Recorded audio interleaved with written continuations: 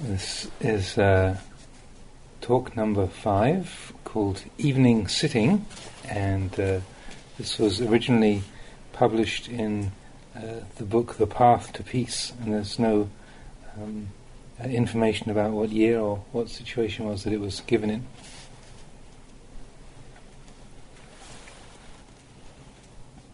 I would like to ask you about your practice. You have all been practicing meditation here, but are you sure about the practice yet? Ask yourselves, are you confident about the practice yet? These days there are all sorts of meditation teachers around, both monks and lay teachers, and I'm afraid it'll cause you to be full of doubts and uncertainty about what you're doing. This is why I'm asking. As far as Buddhist practice is concerned, there is really nothing greater or higher than these teachings of the Buddha which you've been practicing with here. If you have a clear understanding of them, it'll give rise to an absolutely firm and unwavering peace in your heart and mind.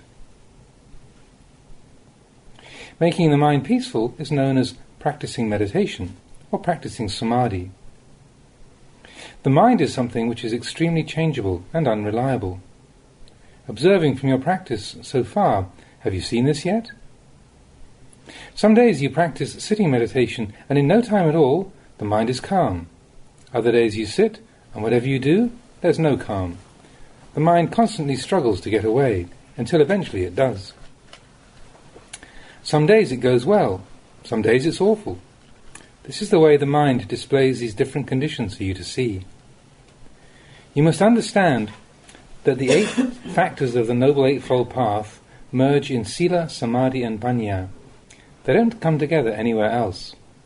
This means that when you bring the factors of your practice together, there must be Sila, there must be Samadhi, and there must be Panya present together in the mind. It means that in practicing meditation right here and now, you are creating the causes for the path to arise in a very direct way. In sitting meditation, you're taught to close your eyes so that you don't spend your time looking at different things. This is because the Buddha was teaching that you should know your own mind. Observe the mind. If you close your eyes, your attention will naturally be turned inwards towards the mind, the source of many different kinds of knowledge. This is a way of training the mind to give rise to samadhi. Once sitting with the eyes closed, establish awareness with the breath. Make awareness of the breath more important than anything else. This means you bring awareness to follow the breath, and by keeping with it, you will know that place which is the focal point of sati, the focal point of the knowing and the focal point of the mind's awareness. Whenever these factors of the path are working together, you'll be able to watch and see your breath, feelings, mind and aramana, as they are in the present moment. Ultimately, you will know that place which is both the focal point of samadhi and the unification point of the path factors. Now, aramana means simply a mental object. When developing samadhi, fix attention on the breath and imagine that you are sitting alone with absolutely no other people and nothing else around to bother you. Develop this perception in the mind, sustaining it until the mind completely lets go of the world outside and all that's left is simply the knowing of the breath entering and leaving. The mind must set aside the external world. Don't allow yourself to start thinking about this person who's sitting over here or that person who's sitting over there. Don't give space to any thoughts that will give rise to confusion or agitation in the mind. It's better to throw them out and be done with them. There is no one else here. You're sitting all alone. Develop this perception until all the other memories, perceptions and thoughts concerning other people and things subside, and you're no longer doubting or wondering about the other people or things around you. Then you can fix your attention solely on the in-breaths and out-breaths. Breathe normally. Allow the in-breaths and the out-breaths to continue naturally, without forcing them to be longer or shorter, stronger or weaker than normal. Allow the breath to continue in a state of normality and balance, and then sit and observe. Observe it, entering and leaving the body.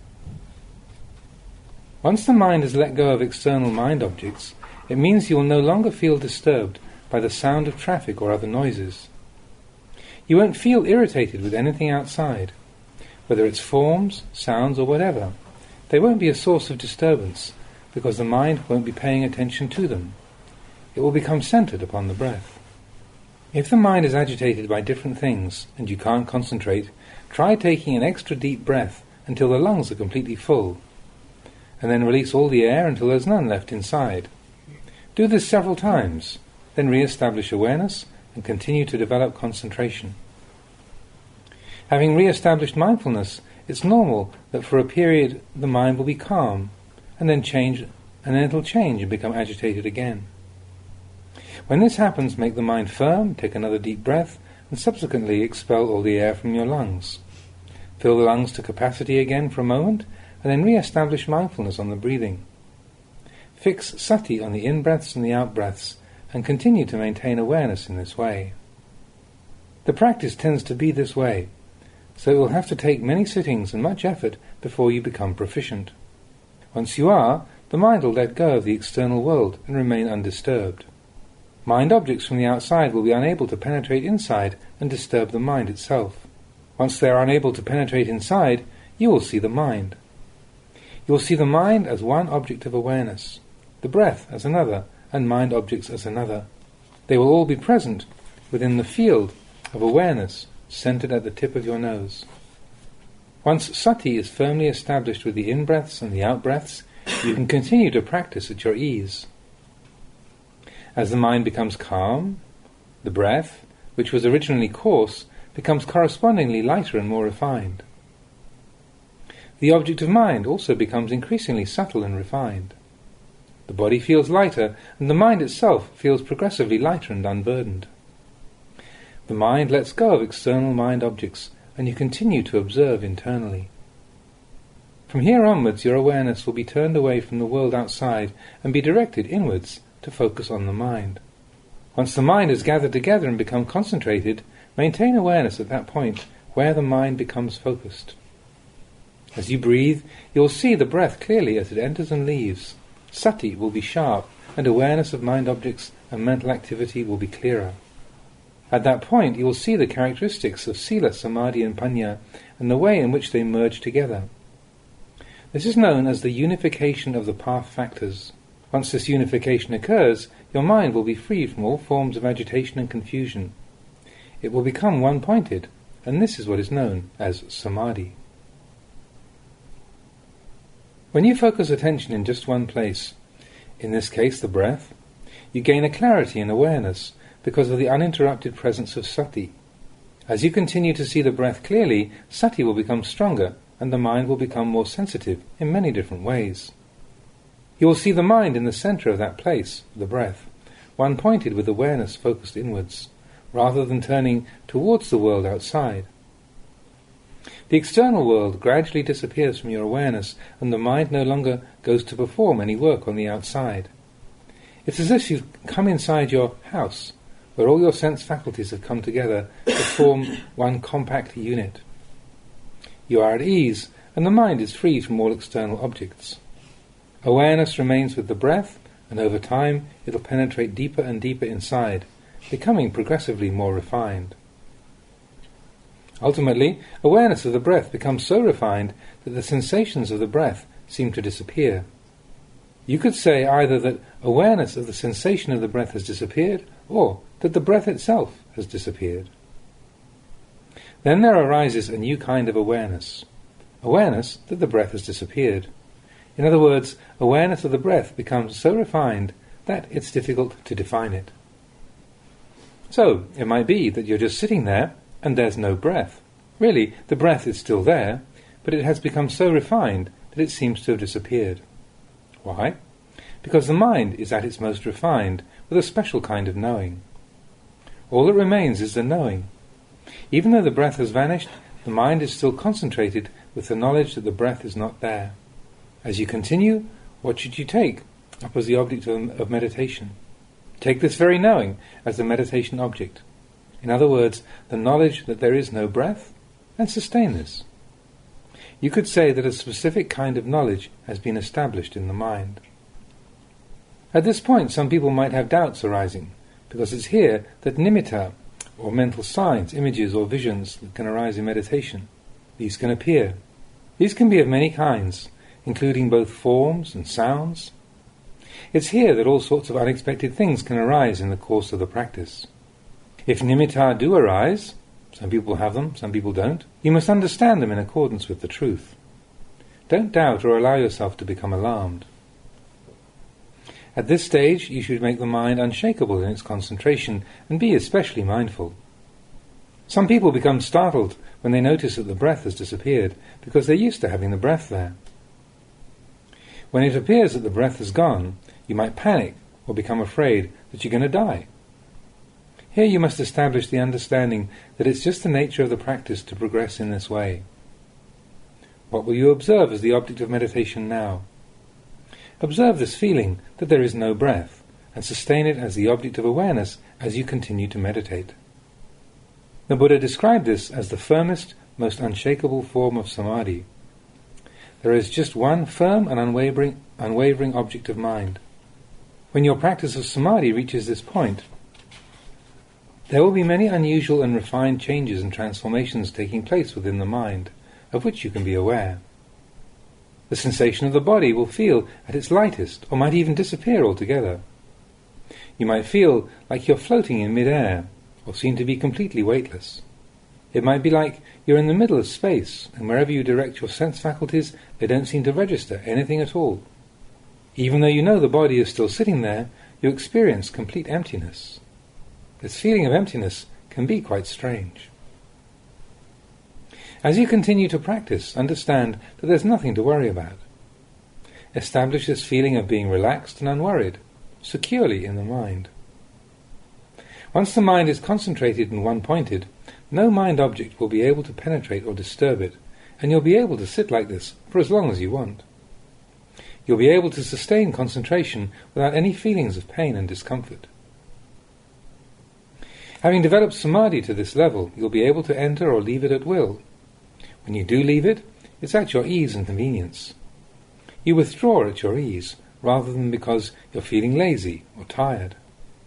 You withdraw from samadhi because it's the appropriate time to withdraw, and you come out of it at your own will. This is samadhi. You are relaxed and at your ease. You enter and leave it without any problems. The mind and heart are at ease. If you genuinely have samadhi like this, it means that sitting meditation and entering samadhi for just 30 minutes or an hour will enable you to remain cool and peaceful for many days afterwards. Experiencing the effects of samadhi like this for several days has a purifying effect on the mind. Whatever you experience will become an object for contemplation. This is where the practice really begins. It's the fruit which arises as samadhi matures. Samadhi performs the function of calming the mind.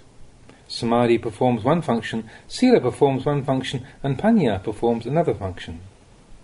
These characteristics which you're focusing attention on and developing in the practice are linked, forming a circle. This is the way they manifest in the mind. Sila, samadhi and panya arise and mature from the same place. Once the mind is calm, it will become progressively more restrained and composed due to the presence of panya and the power of samadhi. As the mind becomes more composed and refined, this gives rise to an energy which acts to purify sila. Greater purity of sila facilitates the development of stronger and more refined samadhi, and this in turn supports the maturing of panya. They assist each other in this way. Each aspect of the practice acts as a supporting factor for the other ones. In the end, these terms become synonymous. As these three factors continue to mature together, they form one complete circle, ultimately giving rise to magga, the path. Magga is a synthesis of these three functions of the practice working smoothly and consistently together. As you practice, you have to preserve this energy. It is the energy which will give rise to vipassana or panya.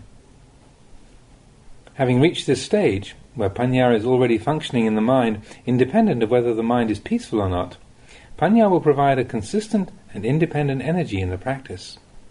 You see that whenever the mind is not peaceful, you shouldn't attach, and even when it is peaceful, you shouldn't attach. Having let go of the burden of such concerns, the heart will accordingly feel much lighter. Whether you experience pleasant mind objects or unpleasant mind objects, You will remain at ease. The mind will remain peaceful in this way. Another important thing to see is that when you stop doing formal meditation practice, if there is no wisdom functioning in the mind, you will give up the practice altogether, without any further contemplation, development of awareness, or thought about the work which has still to be done.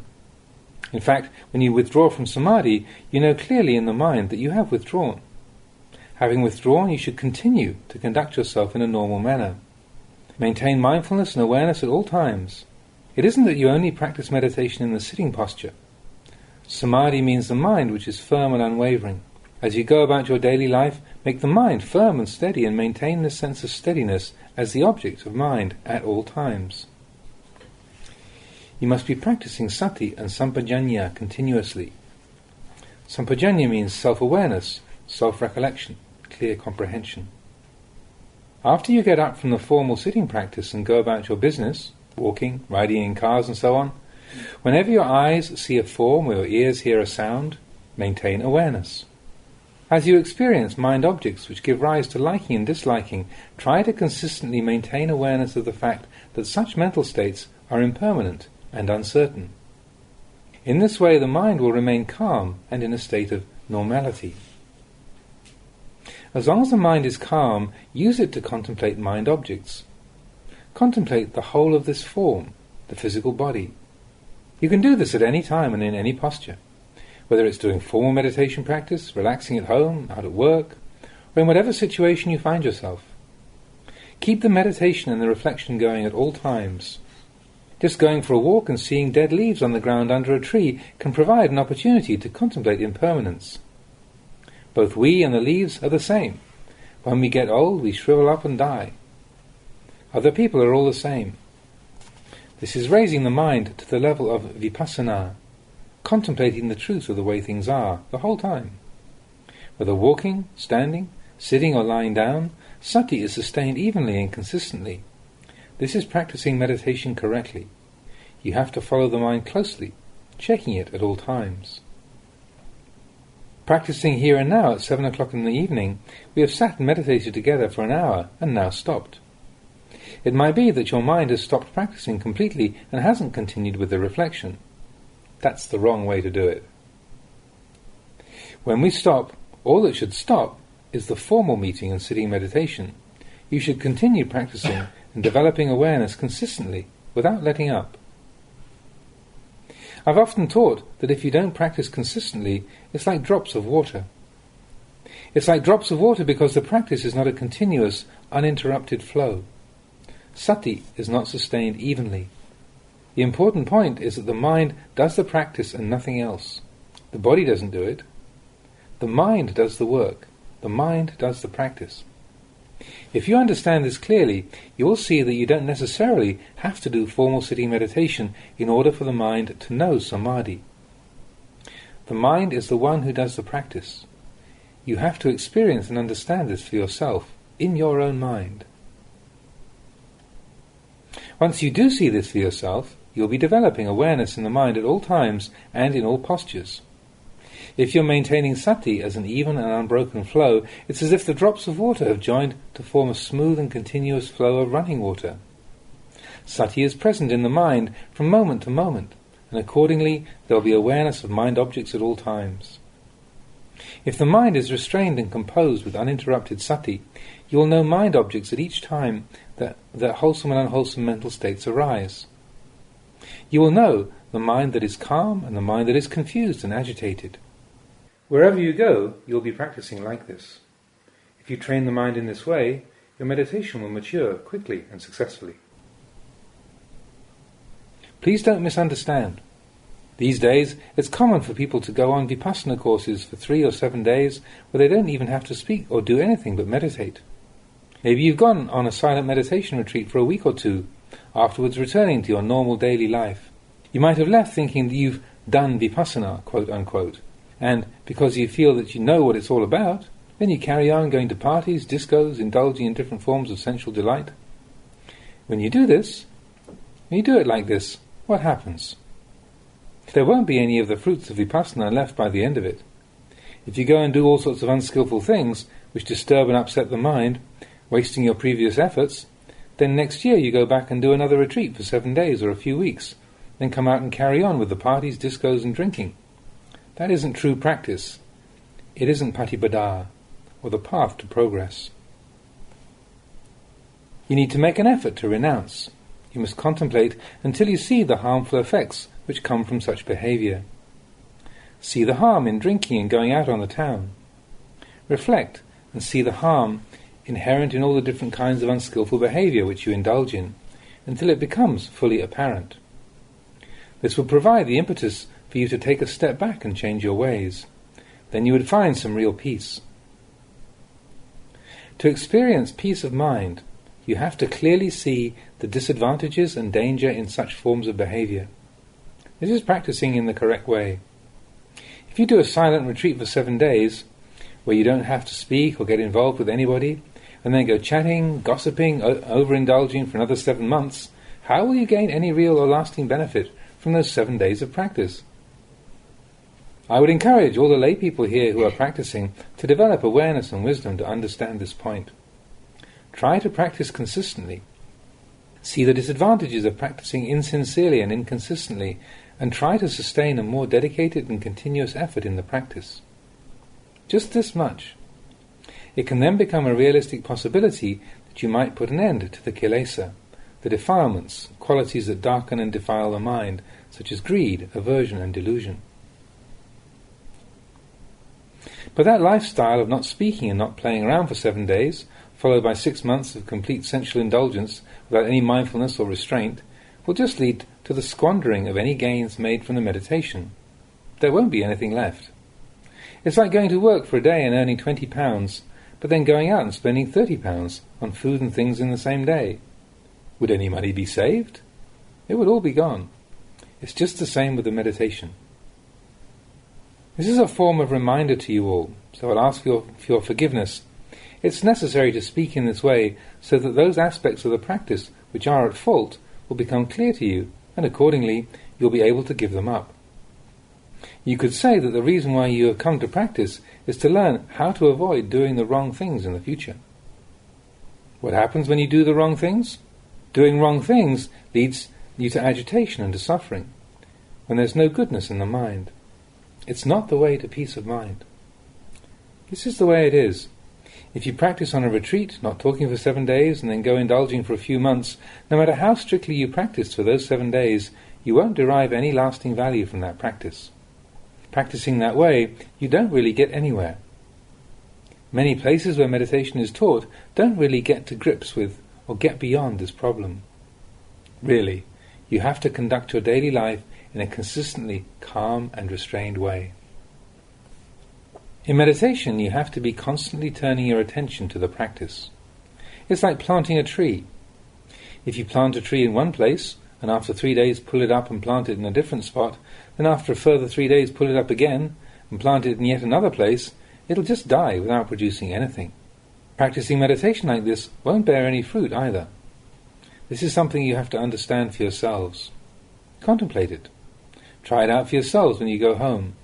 Get a sapling and plant it in one spot, and every few days go and pull it up and plant it in a different place. It will just die without ever bearing any fruit.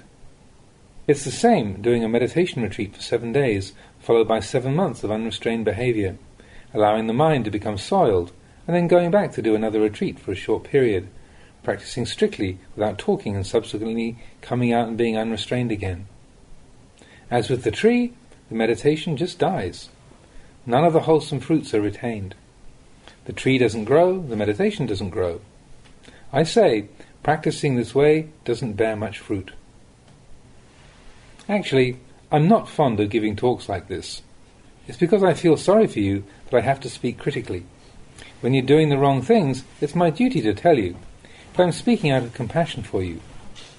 Some people might feel really uneasy and think that I'm just scolding them. Really, I'm not just scolding you for its own sake. I'm helping to point out where you're going wrong, so that you know. Some people might think Luang Por is just telling us off, but it's not like that. It's only once in a long while that I'm able to come and give a talk. If I were to give talks like this every day, you would really get upset. But the truth is, it's not you who gets upset. It's only the kilesa, your defilements, that are upset. I'll say just this much for now. Here you are.